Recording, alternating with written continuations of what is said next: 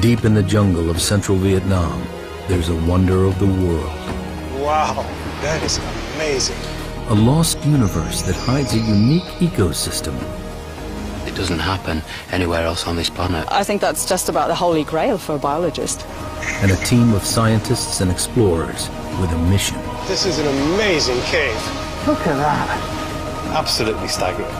To investigate a record-breaking contender for the world's biggest cave. Wow. Vietnam's Mountain River Cave, or Han Song Dong, is uncharted territory.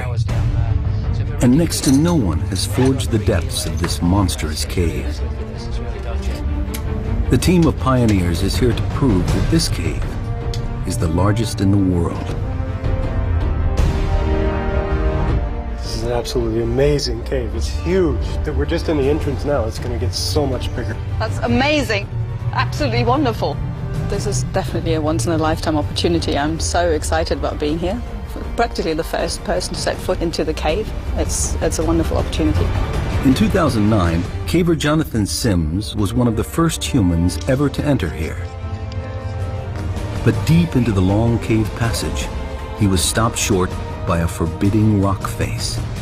Now he's back with caving expert and expedition leader Howard Limbirt. He brings more advanced climbing equipment and a commitment to reach the top of the wall.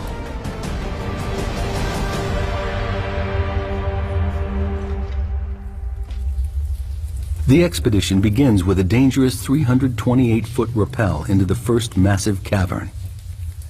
British caver Howard Limbirt has led 12 expeditions to Vietnam's limestone caves. This year's expedition into Mountain River Cave is especially dangerous because it's so remote. Anybody can fall, twist their ankle, break their ankle, that could happen. And if that happens, you know, then we've got a rescue on our hands. Rope free, Annette. German zoologist Annette Becher is anxious to enter the unique underground world within. Scientific opportunity and a caving opportunity as well at the same time. It's fabulous. Daryl Granger is here to unravel the mysteries of Mountain River Cave. He's a world expert in cave geology. If this is the world's biggest cave, he wants to know how it grew to such record-breaking size. It's like no other cave I've ever been to. Southeast Asia is famous for its limestone geology, dating back 450 million years. Many large caves litter Vietnam, but here within Ke Bang National Park, Mountain River Cave is certainly the giant among caves.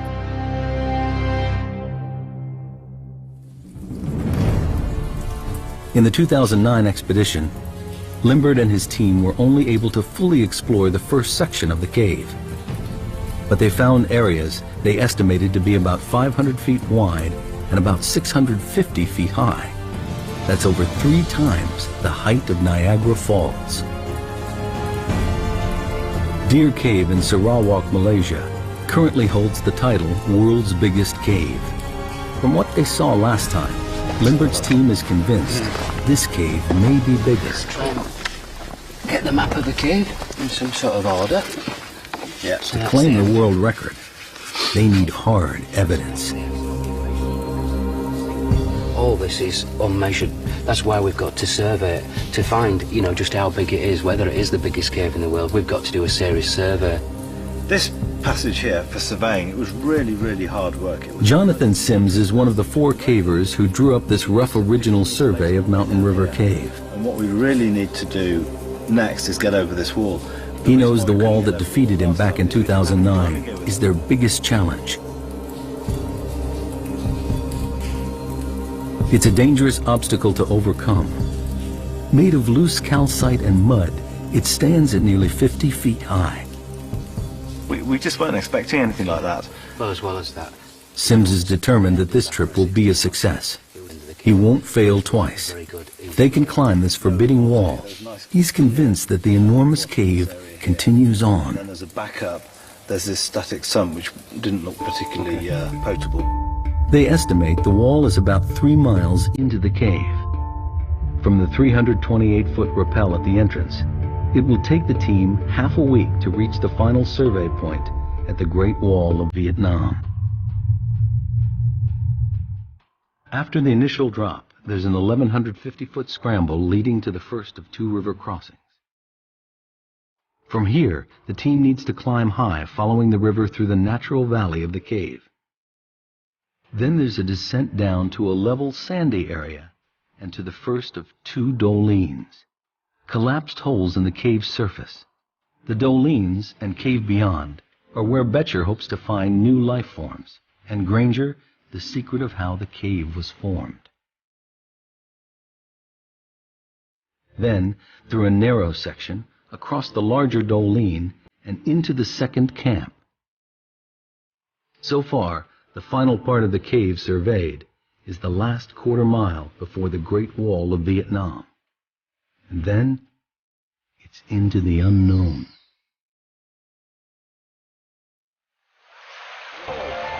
Limbert's caving team has been exploring Vietnam caves since 1990. They picked the Ke Bang Massif for a very good reason. It's a huge limestone area with lots of water, ideal ingredients for cave formation. Where there's no limestone, the rivers are trapped within walls of non-soluble rocks, which hold the water in. But when it does find an exit, the results can be spectacular. The volume and power of the water help create these gigantic caves. Add a monsoon climate with heavy downpours feeding the many rivers here, and the chances of water carving out a colossal cave are even greater. So far, they've discovered 62 miles of caves, but none as epic as this. They suspect additional factors must be at work here. The team needs to navigate difficult, broken terrain to reach their first camp. They're nearly a third of a mile into the cave, with 65 feet to go before reaching a powerful river. This river runs like a main artery through the first part of the cave. At its lowest, 353 cubic feet of water pour by this point every second. It carved this enormous cave, and the team will have to navigate it twice. Limbirt leads the way. Oh, some evidence of a bit of water comes through here at times. Bit slippy on these. Yeah. Oh, I can see the river. Whoa! Look at this. This is our river crossing. Oh, then we're underwater. Yeah. Determined to move forward, they must cross the deep, threatening underground river. It's the last bit that looks a bit quick. So if I go up there and belay you, and then you can walk across there, and probably it looks like you've got to climb up in that crack there. A couple of bolts this side, a couple of bolts the other.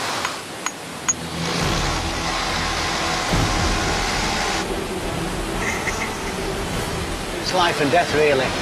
So, I mean, it has to be right.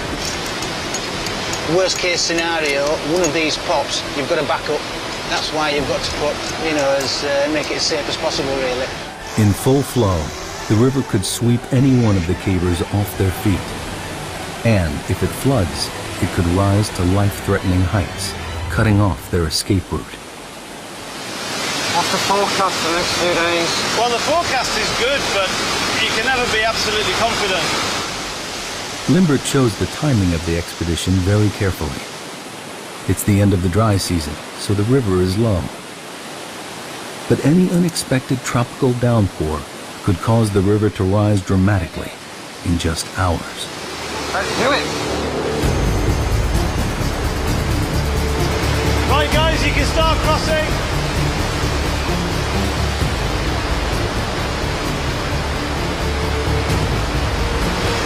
Next one.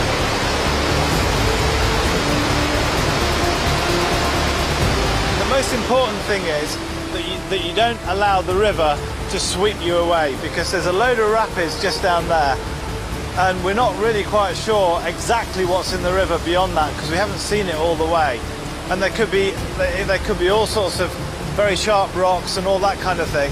And the last thing you want is to get swept down the river, because it could be serious injury or even life-threatening. I'm actually quite nervous about river crossings because I'm quite a slight build, and I've been in flooding caves before where when you put your hands on something, your legs just get swept away from underneath you and you can't get them back down on to get footing. It is actually really, really dangerous.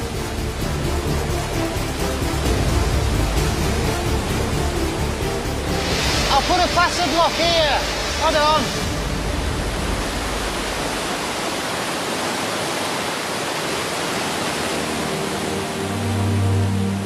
A major obstacle conquered. Darrell Granger can now start to really look around. You can see big formations, big stalagmites over there. Check that one out.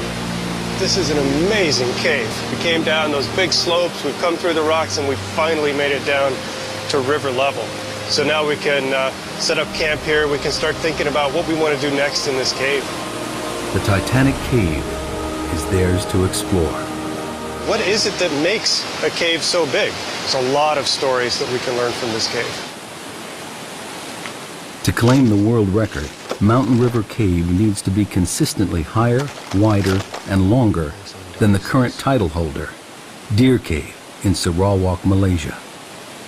When you're talking about largest caves in the world, there's no doubt there's some very, very long caves. And if you went on pure volume, many, many caves are bigger than this cave on pure volume. It's pure dimensions of a whole single passage like this that continues for 5 kilometers is pretty unique in the world. Mountain River Cave runs in an unusually straight line from north to south without any deviation. So let's get underway. Let's get started. Okay? Okay. Granger believes the water in the oldest section of the cave could offer an explanation as to why this cave is so enormous. Highly erosive, extremely acidic water rushing over pure limestone may be the answer. To confirm his theory, Granger needs to draw a sample. Okay, so right now I'm taking a pH measurement. I have a pH probe here. We have to leave it in the water for a little while to equilibrate. That'll tell us the pH of this water. pH levels range from 0 to 14. The lower the pH number, the stronger the acid. To be out of the ordinary, Granger is looking for a reading lower than 7, which is neutral. On the surface, tropical rainstorms flood the vegetation and seep down through the soil. Along the way, the water picks up carbon dioxide, which makes it acidic. High levels of acidity would make the water flowing into Mountain River Cave more effective at seeping its way through the rock. All right, so my pH should be finished now, and we have about pH 7.5. So that's pretty typical, maybe a little bit on the low side. The results of the test surprise Granger. The water here is not overly acidic. This can't be the explanation for the cave's epic size. There's something strange going on here, and finding the answer to this huge puzzle is his primary focus. Granger needs to dig deeper. The explanation could lie in the river's efficiency at eroding the limestone. To test this theory, he measures how much dissolved calcium carbonate there is in the water. This will tell him how much rock erodes daily. I'm going to add some acid in here until the liquid turns yellow. And then the way this kit works, I can just read off from the syringe how much calcite is in this water. One more drop. So now it's yellow. Okay, we've got it. We only have about 62 milligrams per liter. This means that every 1,000 gallons of water that passes by here carries 8 ounces of dissolved rock, about the size of a baseball each second.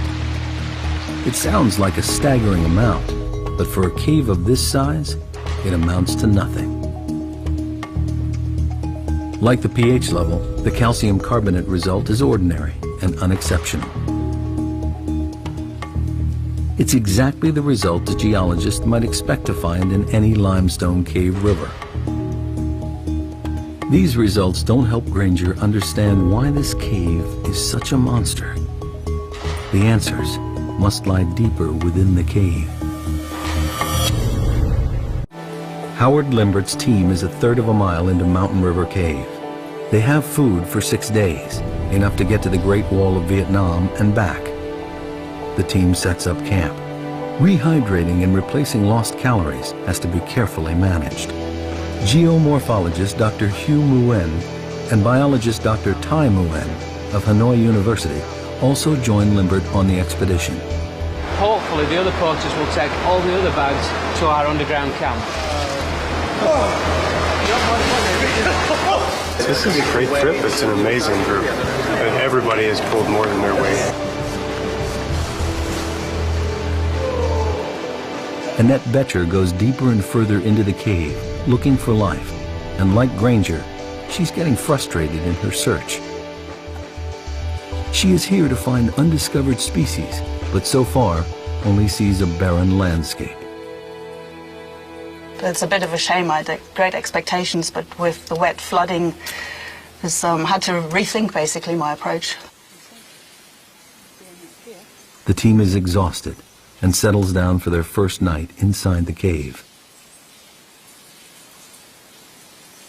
The next morning, they continue over half a mile further.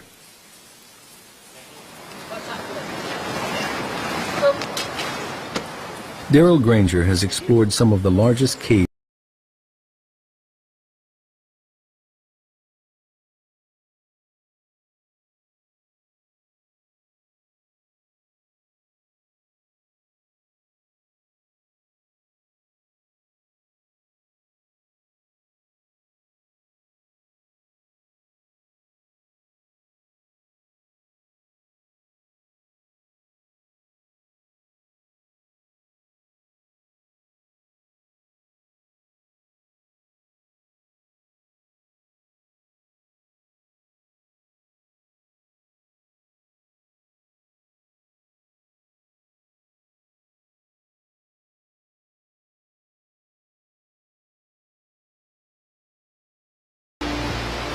This is the world's biggest cave. The rest of this stuff is just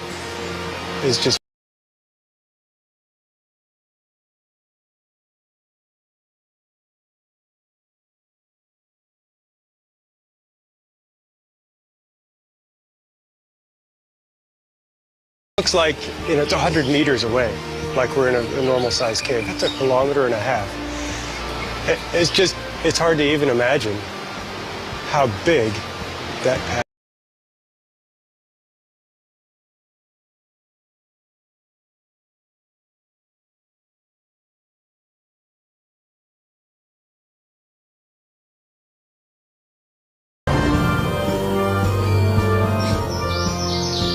Seeing the jungle, basically, in the middle of the caves is one of the most beautiful sights.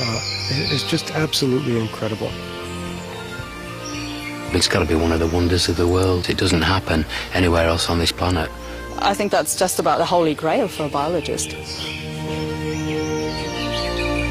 For Granger, the Doling is an unexpected window into the structure of the limestone here. It's also a view of Mountain River Cave's Achilles heel. This is a good example of a special type of doling. This is a collapsed doling. So that happens when you have a cave passage and then the surface collapses into that cave. And it happened here because we have really thin beds. You can sort of see them on the back side of the wall, and they're just not strong enough to hold up this cave roof. At some point in the cave's past, the river ate away at the cave roof where the limestone beds are thinner. The river damaged the ceiling rock so much that eventually the roof collapsed. This collapse is known as cantilever failure. You can think about, theoretically at least, having a piece of rock sticking out like a diving board. You can only stick it out so far before it breaks off under its own weight. And that's exactly what happens. As you make the cave bigger and bigger, you're forcing basically a diving board of rock, a slab of rock to stick out and support its own weight. The limestone beds in this part of Vietnam are especially thick, with very few cracks or weak points. The river tunnels through this landscape, challenging the strength of pure limestone. And the dolines brutally reveal the few places where the rock beds are thinner, weaker, but still divine. Here, open to the sun and the rain, life thrives.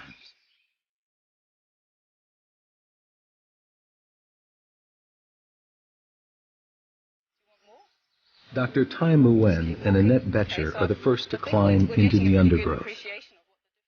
She's eager to tap into Nguyen's expertise in rainforest plant species to figure out how this subterranean wonderland compares with the surface. After disappointments in the first part of the cave, the Doline fulfills Boettcher's expectations.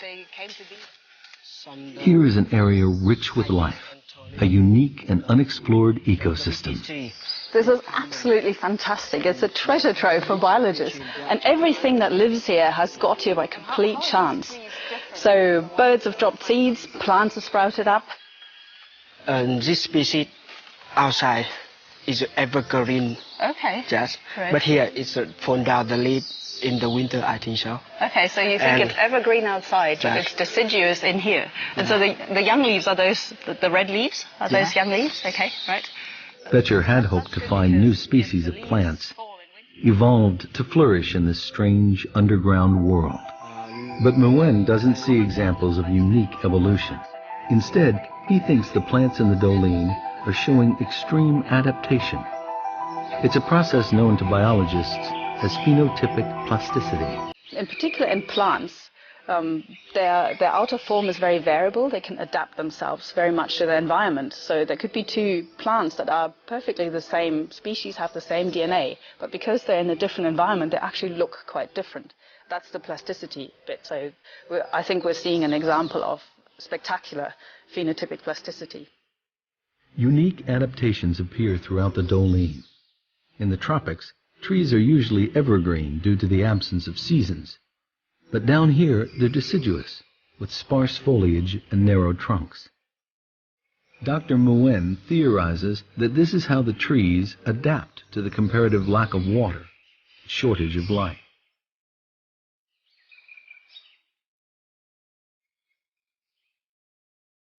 These steep Doline walls enclose this mini jungle and act as a natural barrier to the outside world, trapping pockets of life deep within the cave.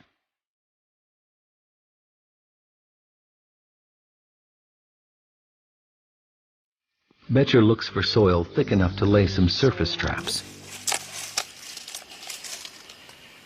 Alcohol will preserve any creatures that venture in. Now she must try to find any signs of life in the dark cave. But so far, the chance of finding anything of significance doesn't look good. Could the acidic water that created this cave also be destroying all life within? In the wet, active part of Mountain River Cave, Daryl Granger discovers a clue as to why the apparently very ordinary water here has carved out such an extraordinary cave. He's got a hunch that the speed of the water at peak flood could be the key factor. Here, what we see are little scallops that are carved in the wall. They're dissolved in the wall by water as it passes by. He expects to find evidence that the water runs through here at a great speed. The faster the water goes by, the smaller the scallops. So if we see big, giant scallops, they can be, up to 1 meter across. That's very, very slow-moving water. Here, they're about the size, they're about 1 inch across, a couple of centimeters across. From the size of the scallops, Granger can also figure out what's known as the Reynolds number, a crucial measurement that tells him how turbulent the water is. Like the acidity test earlier, the findings here are very average and offer no clues as to why this cave grew so big. He calculates that the water here travels at only 3 miles per hour, a totally ordinary velocity for any river. Although Granger's drawn a blank on his quest, he might still be able to help Boettcher on hers. He considers the chronology of the cave's life. I think what happened is the first doline collapsed, and it's acting like a big dam right in the cave. Right. We passed that doline, and suddenly everything dries out. We don't see the same. Becomes more normal. Becomes more of a normal, less active cave. And that's where the wildlife comes in, because if it doesn't get flooded out every 10 years or so, it has time to evolve. For Granger, the formula for how Mountain River Cave grew so big remains a mystery. This area has the right ingredients for a big cave. Unusually large beds of pure limestone and heavy monsoon rains feeding a deep river. But the water's speed and turbulence doesn't reveal anything, and Granger is almost at a loss. Aye! The surveying team looks for answers too. Aye! That's probably a 500-metre echo. So if we ever push in a cave and you get to end of a cave or end of exploration for a day, we often give it a big oi just to see if it's still continuing, and we know we can turn around and come back to another successful push the next day. A bit further, Jonathan. For this expedition, they need to use a more sophisticated way of measuring the cave's size. Cave surveying used to be a primitive process, where everything was done by hand. Now, digital laser readings cut out the tedious legwork and provide precise measurements. They must survey every part of the cave precisely, and every measurement must be exact to the nearest inch. When it comes to claiming the title World's Biggest Cave, it's length, width, and height that count for Howard Limbirt and his team. The laser sends a beam across to a designated point called a survey station, which Sims marks with a small light disc. They measure distance, height, and angle. It's painstaking work. 29.9 minus 3, 0.99. Left's 8. The laser beam picks out the highest point in this section of the cave. It measures 328 feet high. The Statue of Liberty could fit in here quite comfortably, with room to grow. The widest section surveyed so far is 338 feet across. This passage continues for another half mile. Enough room for a small plane to fly through, or even a whole display team. Very good. So if we go back to the original station, and then we'll get some legs straight down there. Okay. Can you shine your target? Limbirt believes this cave is consistently longer and wider than Deer Cave, but he needs to find the highest area. Just up a bit, Jonathan. Lights on. They're now over 2.5 miles in, and Deer Cave still holds the title of the world's biggest cave. Hope lies beyond the wall, but they have just 3 days left to survey, and there's a problem mounting. While the dolines bring in light, they also allow weather from above to seep down into the cave. Jonathan, come a bit closer. Please, we've got a problem with the clouds now. It's extremely accurate if there's no cloud in the way, which there is in this case across the far side. So this is one thing that does make it difficult. One of the peculiar hazards of surveying in a cave this size. The poor visibility means the team must stop the survey. It's a paralyzing setback. They're running out of time to get to the end of the cave. Time is running out to survey Mountain River Cave. Howard Limbirt makes a tough decision. He sends his 2 best climbers, Sweeney and Clark, ahead to set the rigging on the treacherous Great Wall of Vietnam, so the rest of the expedition can follow tomorrow.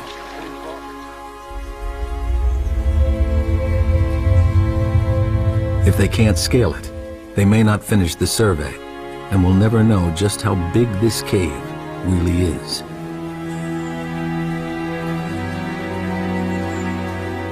In 2009, the explorers estimated the forbidding wall to be nearly 50 feet tall. Now, Clark and Sweeney think it's much bigger, estimating 200 feet, nearly the height of a 20-story building. They have the gear for the challenge, but the wall is going to be a longer, more dangerous climb than they expected. Geologists call this a flowstone, rock made weak and fragile by water dripping from the ceiling. the first 15 foot is this, which looks very good, but if that's what it is. This wall could be the mission's downfall. That's just mud and gravel, is that? Ouch. It soon becomes clear this cave is not going to give up its secrets without a fight.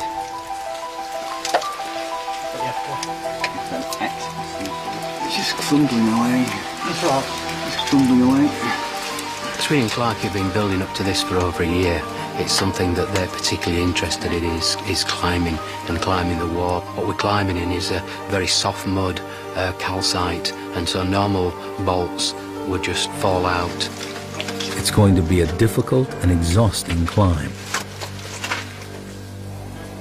Back at the camp, the extreme conditions are taking their toll, even on those who are not battling the wall.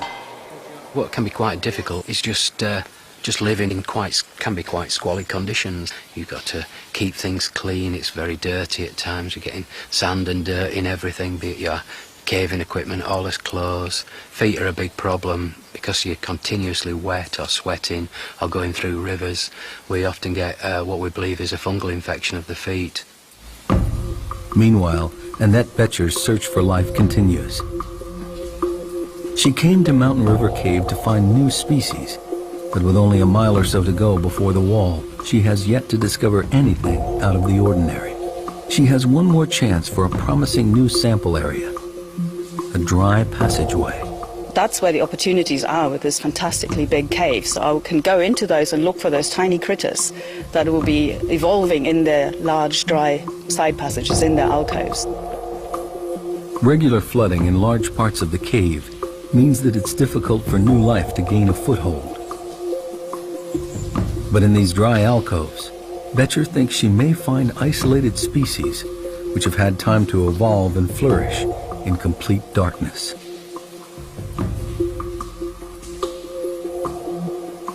The smaller and more primitive the species, the better equipped it is to evolve quickly.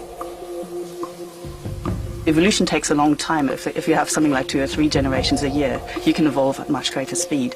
And mammals don't tend to have those generation times, so a white blind butt in the cave is unlikely. Because of the cave's sheer size, species can easily get cut off from each other. In isolation, Betcher believes it's possible for weird and wonderful offshoots to evolve.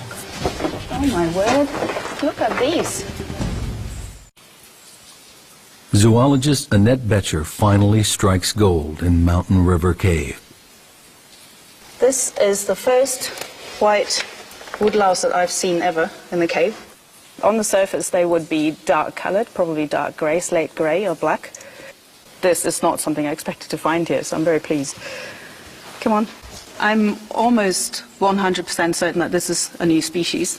And the reason being is that to have a new species you need isolation, geographical isolation, but this is a pretty isolated place.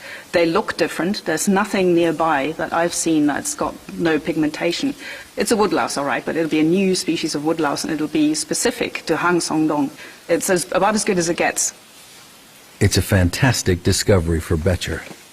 A species that has adapted to its environment and survived the great floods of water that helped create this cave. Well, there's absolutely no chance that anybody's ever seen these creatures before, and that's what really excites me. It's a wonderful discovery. The woodlouse is a clear sign for Betcher to what's happening here. In the cave, the key to adaptation is being able to keep up with the ever-changing environment, and the organisms that most successfully adjust to the prevailing conditions have a better chance of survival. When I set off, I had actually fairly low expectations. So finding the white woodlouse is much better than I expected. I'm very excited about it. The woodlouse's evolutionary path has enabled them to survive and prosper in an environment never seen anywhere else. I would expect new cave species probably to be pigmentless, so looking white to us and be blind. I don't think that the woodlice we found are blind. They seem to have rudimentary eyes, and they can certainly sense light. So they are adapted to the cave environment. They just haven't gone the full way yet. So there's room for them to evolve more. And the next step would probably be for them to lose their eyesight. A once-in-a-lifetime breakthrough, Becher discovers new life within the Doling. A breakthrough in evolution attributed to the awesome scale of this lost world. Back at the camp, time is running out.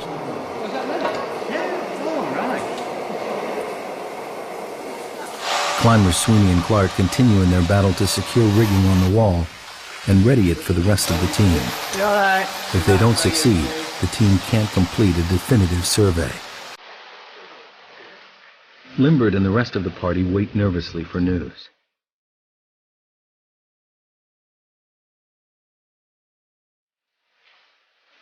As time runs short, Darrell Granger is convinced he's near to cracking the geological puzzle of why this cave is so large.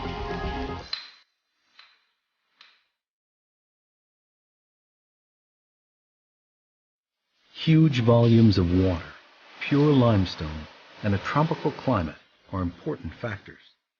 But it's not enough to explain why this cave is so big.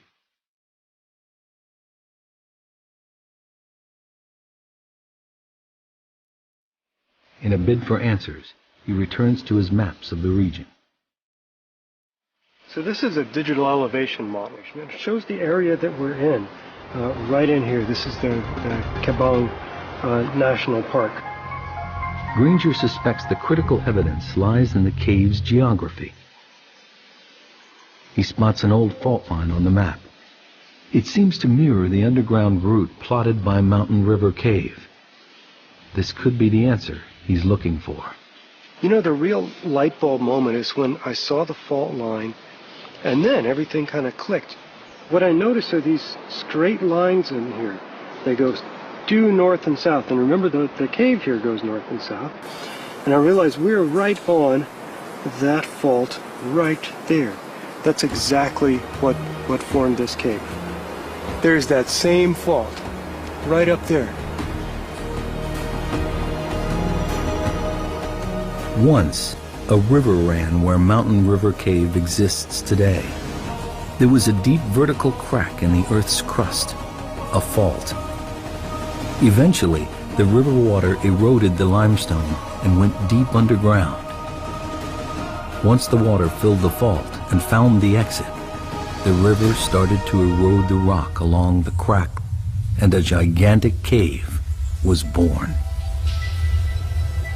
But there's another key factor. The fault was narrow. When the water began to carve this mega cave millions of years ago, the narrow shape of the fault fortified the cave. The reason the caves fall apart, the reason they break down, is often because they get too wide and the limestone roof can't support that long a length. Here, the straitjacket of the geological fault restricts the cave's width, reducing the possible risk of collapse and allowing the cave to continue to grow in a straight line. The fault is very vertical, and that has also influenced the cave development and helped turn it into what's probably the world's biggest cave. And that's because the walls are perfectly vertical, or they're nearly vertical here, and so the cave is very, very tall. The 1,300-foot-high dolines show what happens when a cave weakens. Granger has every piece in place. Unusually thick pure limestone, a huge catchment area feeding a large river, an underground fault line, the right shape to contain a stable cave passage, and finally, a river on the limestone surface that made a cave at the first opportunity. A perfect formula to build a gigantic cave. The title of the world's biggest cave could rest on reaching the top of the Great Wall of Vietnam. But first, they need to know if Sweeney and Clark have managed to climb it. 2.5 miles in, Limbirt finally gets the news he's been waiting for. His team has reached the top of the wall. The height or pitch is even more than anyone anticipated. Absolutely fantastic. The pitch is, well, we reckon it's something like 80 metres. we've come up. We think we've used about 80 metres of rope. Oh, 80-metre pitch? 80 metres. Great news, yeah. That's his main objective of this trip, is to get up that wall, and we've done it. This morning I was very doubtful we were going to do it. I thought we were going to be too tough, but they managed to get up. They've done a brilliant job. 80 metres is a big climb in those conditions. The good news brings speculation as to what lies beyond the wall. I'm not going to be surprised if that's the end of the cave. I know Howard thinks it's going to turn left. My inclination is it's going to go straight there and terminate. But, you know, that's what we're going to find out.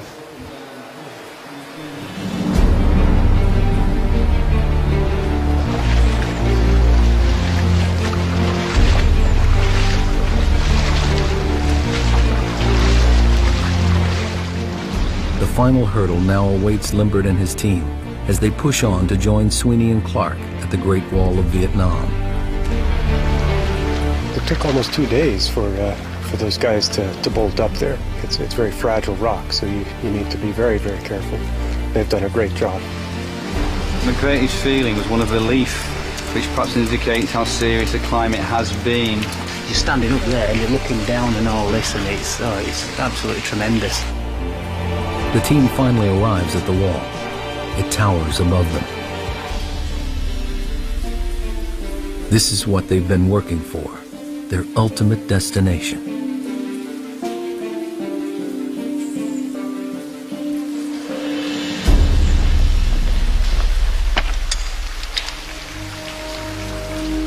Limbirt and Jonathan Sims are looking for a section of the cave that beats the highest point in Deer Cave.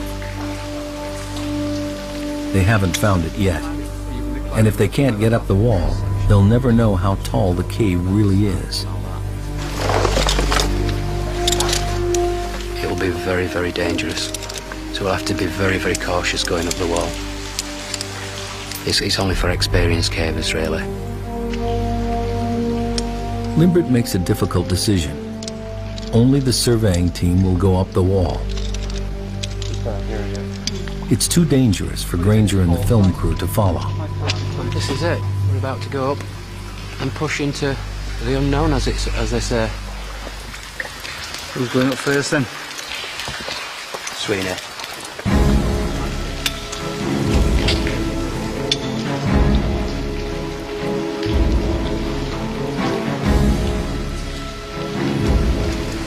Ready to rock. You just have to hold a bit of tension for the first bit like that. We're all on tenterhooks waiting to get over this wall to see what's next. The film crew rigs one of the cavers' helmets with a camera to record the climb.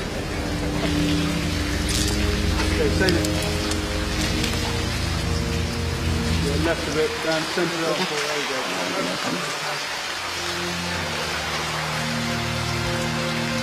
They can only watch as Limbirt leads the team up on the final stage of the journey. It's a whole team effort. I mean, it isn't just a few people going up a wall. It's the whole build-up. It's the sort of year of planning. It's all the prep. It's the porters. It's absolutely everything that gives a few people the chance to do something like this right at the end. The cavers attack the Great Wall.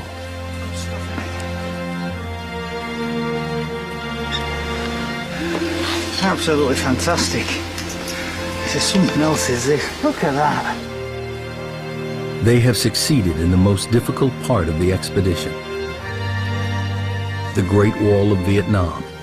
This huge flowstone, nearly the height of a 25-story building, is conquered at last. But the elation is quickly followed by disappointment.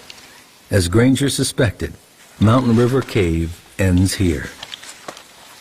An exit to the outside jungle lies just 984 feet beyond the wall. With no more cave to survey, the team gathers the final measurements from the top of the wall to the ceiling. The highest point in Deer Cave is 574 feet. They've just climbed 236 feet up the wall and can now calculate the height of the whole passage. 45.8. Sims reads the final crucial measurements. 188. Can you just do the height of the passage there, Jonathan? Yep, so massive. Absolutely huge. Absolutely huge. Finally, they get the readings they've been waiting for. It's 96.4. 96.4! That's incredible. Spot there, will you? Jesus. That's incredible. Altogether, the measurements show Mountain River Cave is the world's biggest, with the passage continuously higher, wider, and substantially longer than any other cave in the world. It's a fabulous cave, a really, really fabulous cave. Really enjoyed ourselves. We had a great time, we're having a really, really good time. It's just mind-blowing stuff, is this? It really is, and it just don't get much better. This has been a tremendous experience for me. I feel very lucky to have been invited on this trip to see the world's biggest cave and try to figure out the science behind this cave. Just very privileged and lucky to be along on this trip with Howard and his team.